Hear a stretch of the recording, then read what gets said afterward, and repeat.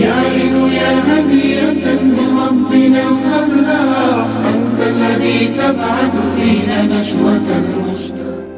الله أكبر الله أكبر الله أكبر، لا إله إلا الله. الله أكبر الله أكبر ولله